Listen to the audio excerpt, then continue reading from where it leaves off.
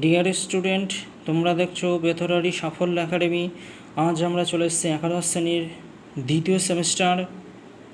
যে বাংলা প্রথম গল্প রয়েছে রবীন্দ্রনাথ ঠাকুরের লেখা ছুটি, সেই ছুটি গল্পের শব্দ মানে লাইন ধরে পুঙ্খানুপুঙ্খ আজ আমরা আলোচনা করব। সম্পূর্ণ ভিডিওটি সকলকে দেখার অনুরোধ রইল। দেখতে পাচ্ছ ছুটি রবীন্দ্রনাথ ঠাকুরের লেখা। এই ছুটি গল্পটি রবীন্দ্রনাথ ঠাকুরের খুবই জনপ্রিয় এবং উল্লেখযোগ্য একটি গল্প।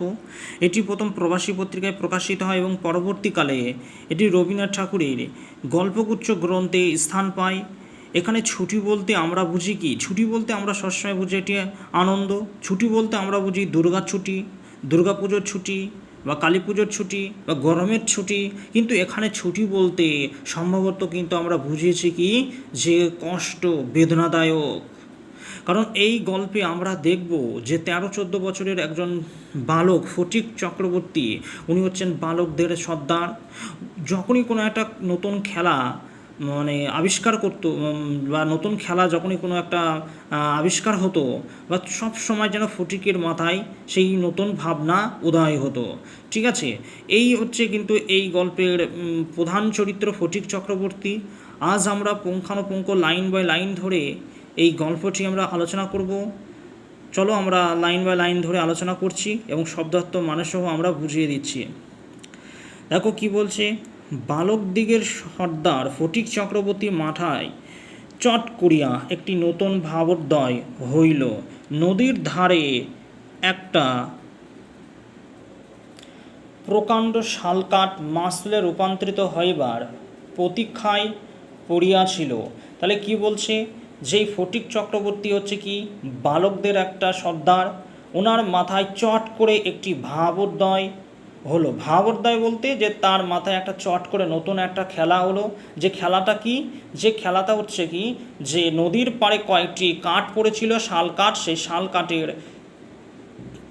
পড়েছিল যেগুলো মাস্তুল কথার অর্থ হচ্ছে কি যেগুলো যে নৌকার যে পাল তৈরি করার জন্য ওটা রেখে দেওয়া হয়েছিল সেই কাঠগুলো দিয়ে তারা কি করছে, যে এই কাঠগুলো দেখে তাদের মধ্যে একটা নতুন খেলার ভাবনা এসেছিল। কার মাথায়? ফটিক চক্রবর্তীর মাথায়। তারপরে দেখো, স্থির হইল সেটি সকলে মিলিয়া গড়াইয়া লইয়া যাবে। তাহলে কি করলো, যে ফটিক চক্রবর্তী তার বন্ধু এবং তার বালক বন্ধুদের কি আদেশ দিল, যে বলল কি যে এই সমস্ত কাঠগুলো আমরা নদীর ধারে গড়িয়ে নিয়ে যাব। তারপরে বলছে, যে ব্যক্তি কাঠ আবশ্যক কালে তাহার যে কতক্ষণে বিস্ময়, বিরক্ত এবং অসুবিধা বোধ হইবে তাহাই উপলব্ধি করিয়া বালকেরা এ প্রস্তাব সম্পূর্ণ অনুমোদন করিল।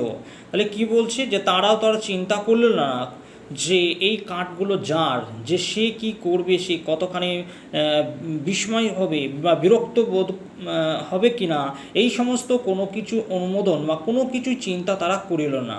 তারপরে বলছে, কোমর বেঁধিয়া সকলেই যখন মনোযোগের সহিত কার্যে প্রবৃত্ত হইবার উপক্রম করিতেছে, এমন সময়ে ফটিকের কনিষ্ঠ মাখনলাল গম্ভীরভাবে সেই গুড়ির ওপর গিয়া বসিল।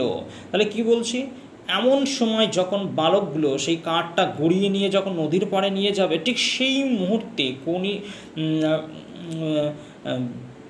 ফটিকের কনিষ্ঠ ভাই, মানে কনিষ্ঠ বলতে কি ছোট, মানে হচ্ছে কি ফটিকের ছোট ভাই মাখনলাল, তিনি কি করলো, তিনি গম্ভীরভাবে সেই গুড়ির ওপরে গিয়ে বসে পড়ল। ছেলেরা তাহার এইরূপ উদার উদ্দেশ্যীন্য দেখিয়া কিছু বিমর্ষ হইয়া গেল। তার এই মাখনের এইরূপ আচরণ দেখে ছেলেরা কিন্তু কি বিমর্ষ হয়ে গেল। একজন আসিয়া ভয়ে ভয়ে তাহাকে একটু আধত ঠেলিল, কিন্তু সে তাহাতে কিছুমাত্র বিচলিত হইল না। এই অকাল তত্ত্বজ্ঞানী মানব সকল প্রকার ক্রিয়ার আশারতা সম্বন্ধে নীরবে চিন্তা করিতে লাগিল। তাহলে কি বলছে, যে এখানে দেখা গেল কি যে মাখনলাল মানে মাখন চক্রবর্তী ফটিকের ছোট ভাই তিনি এমন একটা ভাব নিয়ে ওই কাঠের গুঁড়ির ওপর বসে পড়ল যে উনি যেন সব কিছু জানে, সব কিছু যেন উনি বোঝে, এই সমস্ত খেলা যেন তার কাছে কিছুই না। ফটিক আসিয়া আস্ফালন করিয়া কহিল, দেখ মার খাবে। তারপর কি করলো, ফটিক আসলো মাখনের কাছে, তখন মাখনকে বলল, দেখ এখান থেকে না উঠলে কিন্তু মার খাবি। যেমন আর কি আমরা বলে থাকি ঠিক সেরকমভাবেই ফটিক বলিল। তারপরে বললো কি যে এই বেলা ওঠ। তারপরে বলছে যে সে তাহাতে আরও একটু নড়িয়া চড়িয়া আসনটি বেশ স্থানীয় রূপে দখল করিয়া লইল। তাহলে কি ফটিক যখন বলল, ফটিকের কথাও কিন্তু সে কর্ণপাত না করে সে কী করলো যে আরও নড়োচড়ে যে জায়গাটিকে আরও বেশি দখল করে বা বেশি পরিমাণে জায়গা নিয়ে আরও নড়োচড়ে বেশ করে তারা আবার বসে রইল। এরূপ স্থলে সাধারণ নিকট রাজ সম্মান রক্ষা করিতে হইলে আবদ্ধ ভ্রাতার গণ্ডদেশে অনতিবিলম্বে এক চর কষিয়া দিয়া ফটিকের কর্তব্য ছিল, সাহস হইল না। তাহলে কি বলছে যে উনি হচ্ছেন বালকদের সর্দার, উনি হচ্ছেন বালকদের রাজা, তাই রাজ সম্মান রক্ষার জন্য মানে রাজার কর্তব্য পালনের জন্য বা রাজ সম্মান রক্ষার জন্য তিনি ভাবলো যে হয়তো তার ভাইয়ের গালে একটা সপাটি চর মারে, কিন্তু তার কিন্তু সে সাহস কিন্তু হলো না। কিন্তু এমন একটা ভাব ধারণ করিল যেন ইচ্ছা করিলেই এক্ষুনি উহাকে রীতিমতো শাসন করিয়া দিতে পারে। তাহলে ওই সময় ফটিক চক্রবর্তী এমন একটা ভাব নিল যেন উনি চাইলেই যেন তার ভাইকে শাসন করে দিতে পারে, কিন্তু করিল না। কারণ পূর্বা অপেক্ষা আর একটা ভালো খেলা মাথায় উদয় হয়েছে। কারণ কি, কারণ উনি যে খেলাটা প্রথমে বলেছিল সেই খেলাটা কি ছিল, খেলাটা ছিল কি যে যে কাঠের নদীর পাড়ে যে কাঠের গুঁড়ি রয়েছে সেই সমস্ত গুঁড়িগুলো গড়িয়ে নিয়ে গিয়ে কিন্তু আমরা নদীর পাড়ে ফেলবো। কিন্তু পূর্ব অপেক্ষা মানে এই খেলা অপেক্ষা তার মাথায় কিন্তু আরও একটা নতুন খেলা উদয় হয়েছিল। সেই খেলাটা কি, চলো আমরা দেখি সেই খেলাটা কী ছিল। তাহাতে আরও একটি বেশি মজা আছে। প্রস্তাব করিল, মাখনকে শুদ্ধ ওই কাঠ গড়াইতে আরম্ভ করা যাক। তাহলে কি করলো যে তার ফটিক চক্রবর্তী যখন দেখলো যে তার কনিষ্ঠ ভাই মাখনলাল ঘুড়ি থেকে উঠছে না, তখন কি করলো যে তার সেই বালক বন্ধুদের আদেশ দিল, কি আদেশ দিল যে মাখনকে সদ্যই আমরা কাঠের গুঁড়ি গড়িয়ে নিয়ে যাব। তখন কি করলো, তখন মাখন মনে করিল ইহাতে তাহার গৌরব আছে, কিন্তু অন্যান্য পার্থিব্য গৌরবের ন্যায় ইহার আনুষাঙ্গিক যে বিপদের সম্ভাবনাও আছে তাহা তাহার কিংবা আর কাহারও মনে উদয় হই নাই। তাহলে মাখন চক্রবর্তী উনি চিন্তা করলো যে এতে হয়তো তার গৌরব আছে, কিন্তু এই গৌরবের মাঝেও যে তার একটু মানে বিপদের সম্ভাবনা রয়েছে সেটাও কিন্তু তিনি কোনো মতেই বা সেটাও কিন্তু মনে উদয় হইল না, মানে কোনো মতেই সেটা কিন্তু তার চিন্তা করল না যে এখানে যে আমাকে গড়িয়ে নিয়ে যাচ্ছে, এখানে যে আমার ক্ষতি হবে সেটাও কিন্তু সে কোনো রকমভাবে কিন্তু তার চিন্তাতেই এলো না।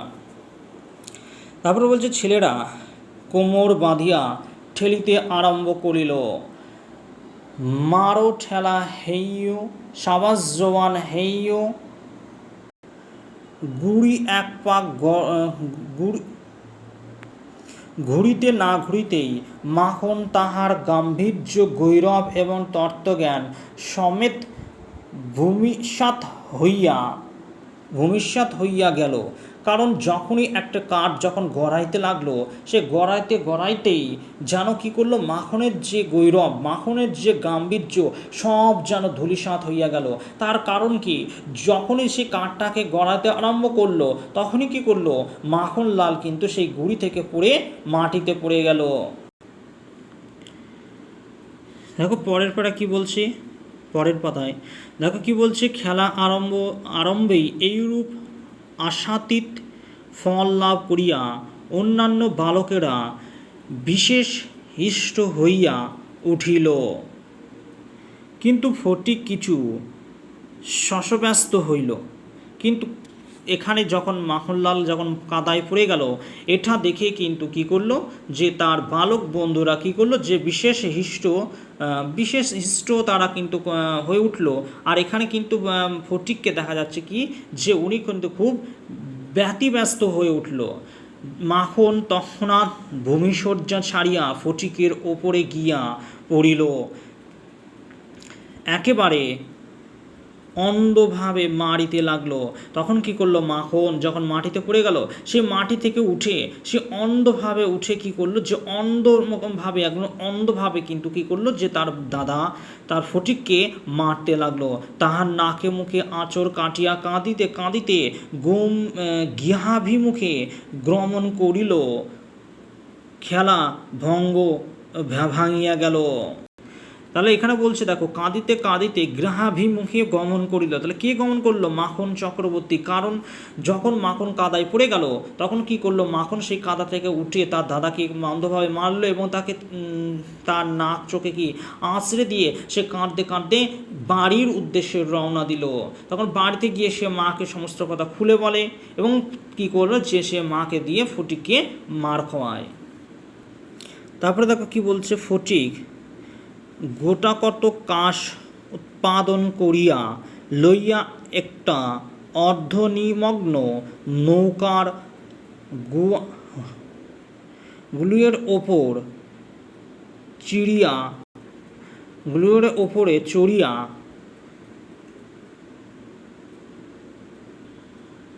বসিয়া চুপচাপ করিয়া কাশের গোড়া চিবইতে লাগিল।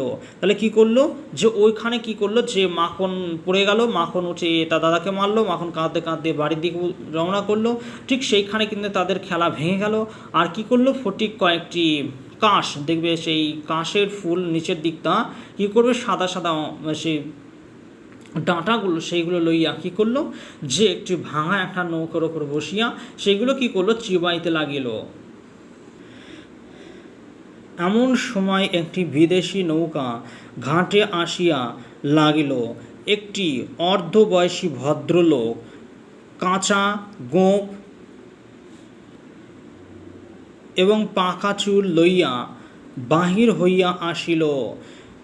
তাহলে কি করলো, যে সেই সময় যখন ফটিক নৌকার ওপর বসেছিল, তখন দেখলো কি, যে একটি অর্ধবয়সী একজন লোক সে কি করলো, যে নৌকা থেকে নেমে আসছে এবং নেমে এসে কি করলো, যে বালককে জিজ্ঞাসা করিলেন, চক্রবর্তীদের বাড়ি কোথায়? কারণ যে ব্যক্তি নৌকা থেকে নেমে আসলো, সেই ব্যক্তি কী করলো, যে বালককে জিজ্ঞাসা করলো যে চক্রবর্তীদের বাড়ি কোথায়। কারণ ওই ব্যক্তিটি আর কেউ নয়, ওই ব্যক্তিটি ছিল ফটিকের মামা। সে কিন্তু নিজেদের বাড়ি মানে ফটিকদের বাড়ি কিন্তু যাওয়ার জিজ্ঞাসাই করছিল, যে বাড়িটা কোথায়। কিন্তু ফটিক তাকে কি করেছিল, অন্য একটা জায়গা দেখিয়ে দিয়েছিল। বালক ডাঁটা চিবাইতে চিবাইতে কহিল, ওই হইতা, কিন্তু কোন দিক যে নির্দেশ করিল কাহারও বুঝিবার সাধ্য রইল না। তাহলে যখনই ওই অর্ধবয়স্ক লোকটা মানে ওই ব্যক্তি যিনি ফটিককে জিজ্ঞাসা করলো যে চক্রবর্তীর বাড়ি কোথায়, তখন ফটিক কী করলো, যে এমন একটা নির্দেশ বা এমন একটা জায়গা দেখালো বা এমন একটা জায়গার নাম বললো, যে কোথায় সেটা কিন্তু কেউ বুঝতে পারলো না। ভদ্রলোকটি আবার জিজ্ঞাসা করলো, কোথা? সে বলল, জানি নে, বলিয়া পূর্ববৎ তৃণমূল হইতে রসগ্রহে প্রবৃত্ত হইল। বাবুটি তখন অন্য লোকের সাহায্যে অবলম্বন করিয়া চক্রবর্তীদের গৃহের সন্ধানে চলিলেন। অবিলম্বে বাঘ দিয়ে আসিয়া কহিল, ফটিকদা, মা ডাকছে। ফটিক কহিল, যাব না। বাঘা তাহাকে বলপূর্বক আরকোলা করিয়া তুলিয়া লইয়া গেল। ফটিক নিষ্ফল আক্রোশে হাত পা ছড়াইতে লাগিল।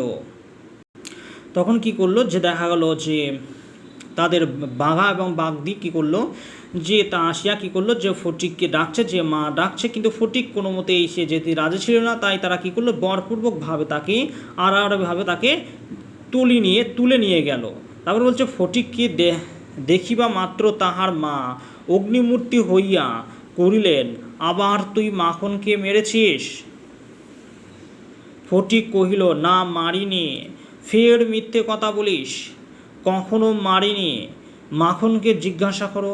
মাখনকে প্রশ্ন করিতে মাখন আপনার পূর্বে নালিশের সমর্থন করিয়া বলিল, হ্যাঁ মেরেছে। যখন সে মাখনকে জিজ্ঞাসা করলো, তখন কি করলো, মাখন যে পূর্ব কথা বলেছিল সেই কথার সম্মতি করিয়া সে কিন্তু একই কথা বলল, যে হ্যাঁ মেরেছে। তখন আর ফটিক সহ্য হইল না, দ্রুত গিয়া মাখনকে এক সশব্দে চর কষাইয়া দিয়া কহিল, ফের মিথ্যে কথা। মা মাখনের পক্ষ লইয়া ফটিককে সবেগে নাড়া দিয়া তাহার পৃষ্ঠে দুটা তিনটা প্রবল চপাটাঘাত করিলেন। ফটিক মাকে ঠেলিয়া দিল। তখন কি করলো, যে যখন ফটিক তার ভাই মাখনকে মারলো, এটা দেখে তার মা কিন্তু সহ্য করতে না পারে কি করলো, যে তার মা কিন্তু ফটিককে কি করলো, সপাটে কিন্তু চর বসিয়ে দিল। মা তখন কি করলো, যে ফটিক তার মাকে কিন্তু ঠেলে দিল, মানে একটু সরিয়ে দিল। তখন কি করলো, মা চিৎকার করিয়া করিল, তুই আমার গায়ে হাত তুলিস? আজকে এই পর্যন্তই, কারণ এই গল্পটা অনেকটাই বড়। এবার নেক্সট বাকি পর্বটা আমরা দ্বিতীয় পর্বে আমরা পড়ব। আজকে ভিডিওটি ভালো লাগলে অবশ্যই একটি লাইক করো এবং কমেন্টে জানিও ভিডিওটি কেমন হয়েছে। আর এই বেথরারি সাফল্য একাডেমি চ্যানেলে নতুন হলে অবশ্যই চ্যানেলটি সাবস্ক্রাইব করে পাশে থাকা বেল আইকনটি প্রেস করে রেখো।